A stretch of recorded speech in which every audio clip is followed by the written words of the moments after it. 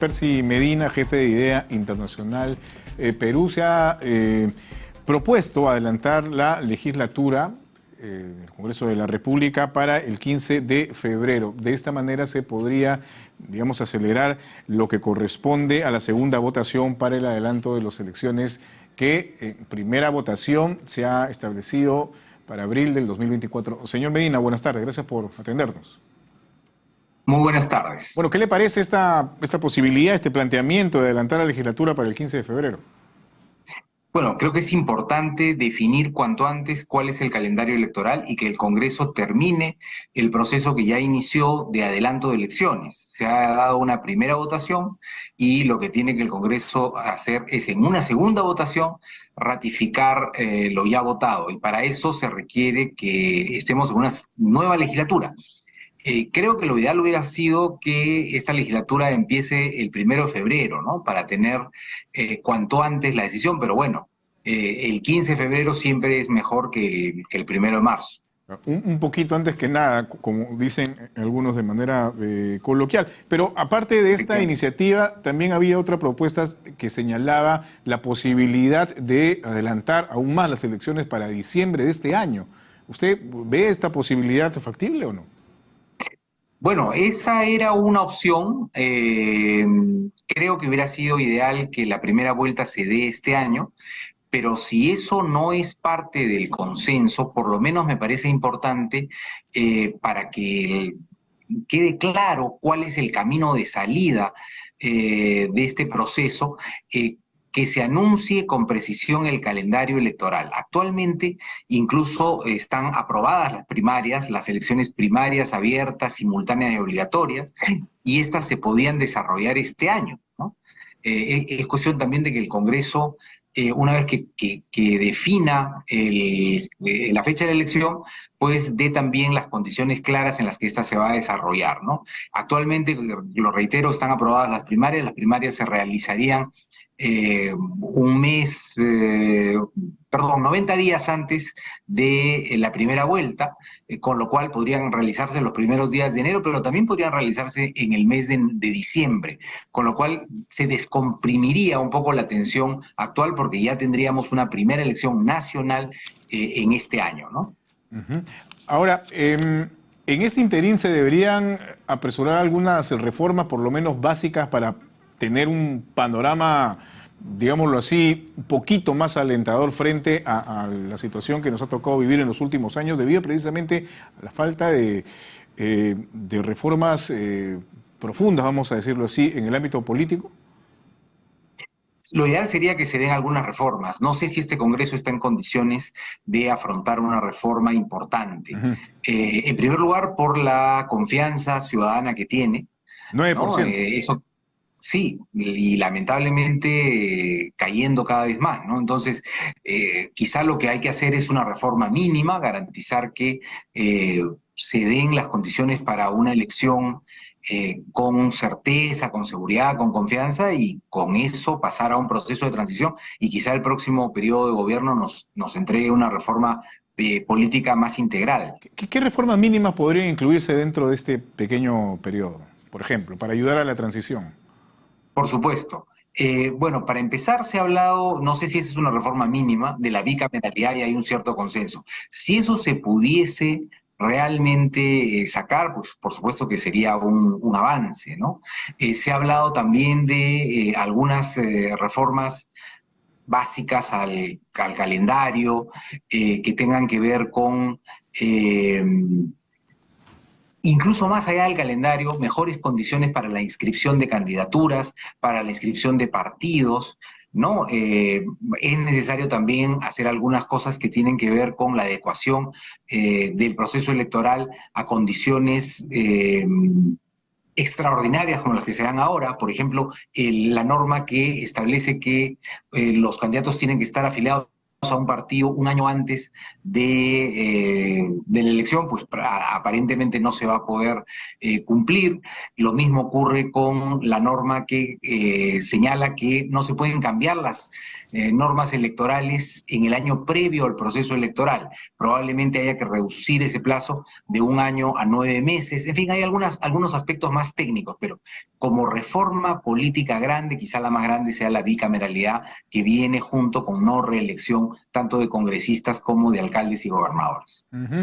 Por ejemplo, el Congreso hace pocas horas en realidad ha aprobado esta propuesta de reforma constitucional que tiene que ver con el voto de confianza. No se llegó a los 87 votos que se requieren legalmente y tendría que aprobarse a través de incluyendo un referéndum, ¿no? Este tipo de propuestas de reformas que tienen que ver más que todo con lo relacionado a las relaciones, valga la redundancia, entre Ejecutivo y Legislativo, ¿podrían incluirse dentro de este breve periodo para ayudar a la transición?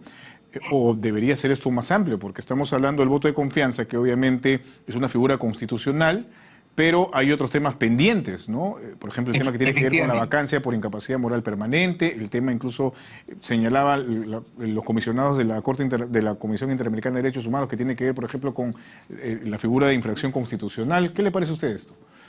Efectivamente, las relaciones entre el Ejecutivo y el Legislativo son un elemento fundamental de cualquier sistema político, son el corazón del sistema de gobierno.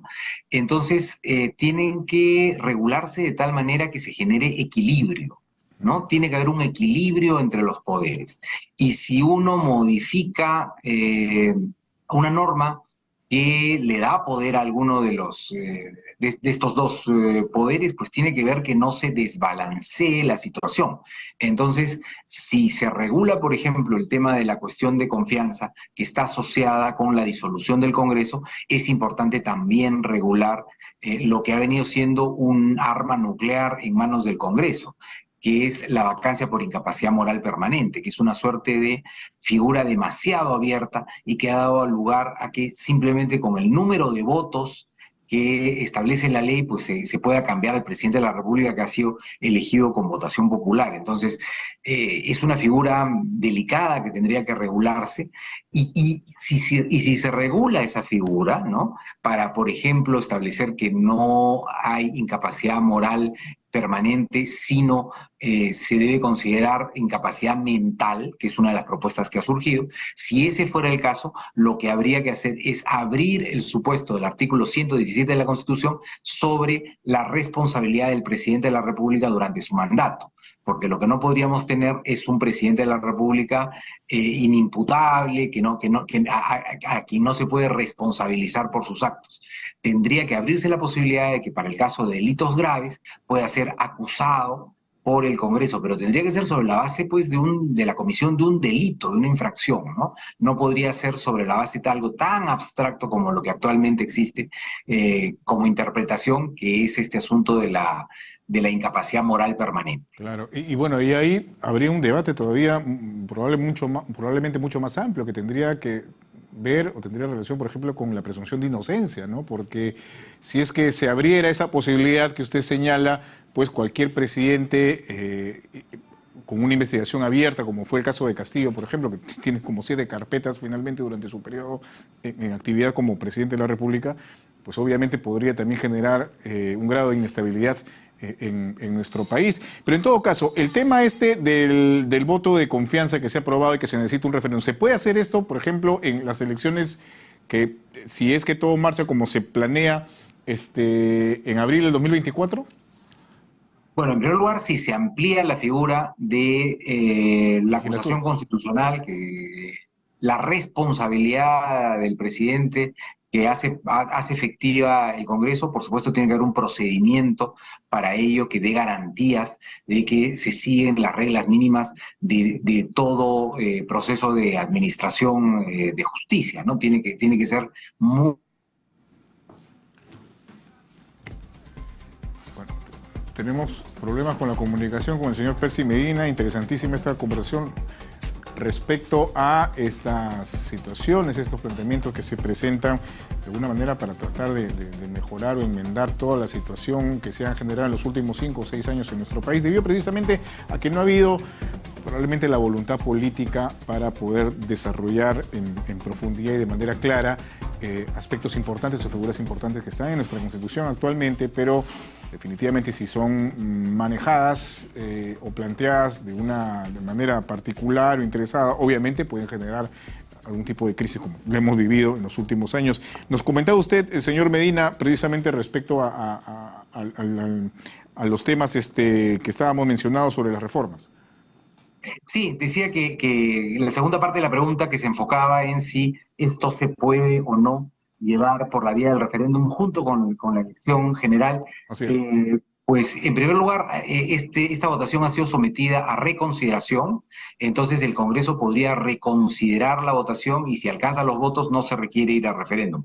Si no los alcanza, efectivamente el tema tiene que ir a referéndum y en ese caso sí se podría realizar con las elecciones generales, aunque hay que tener en cuenta que esas elecciones generales ya tienen 3 procesos en curso, ¿no? Uno es la elección de presidente y vicepresidente, la otra es la elección de Congreso y la tercera es la elección de Parlamento andino. Entonces, añadir un referéndum sería una 4ª elección, lo cual carga un poquito el proceso, pero bueno, de ser posible, sería posible, claro. Muy bien. Bueno, vamos a ver qué es lo que sucede. En todo caso, si es que finalmente se cristaliza este planteamiento, esta posibilidad de que se adelante la legislatura para el 15 de febrero y ver cómo se va desarrollando el debate en ese sentido. Muchísimas gracias por haber estado con nosotros. Muy amable. Gracias a ustedes. Gracias. Percy Medina, jefe de IDEA Internacional Perú, ha estado con nosotros. Son las 3:37 de la tarde.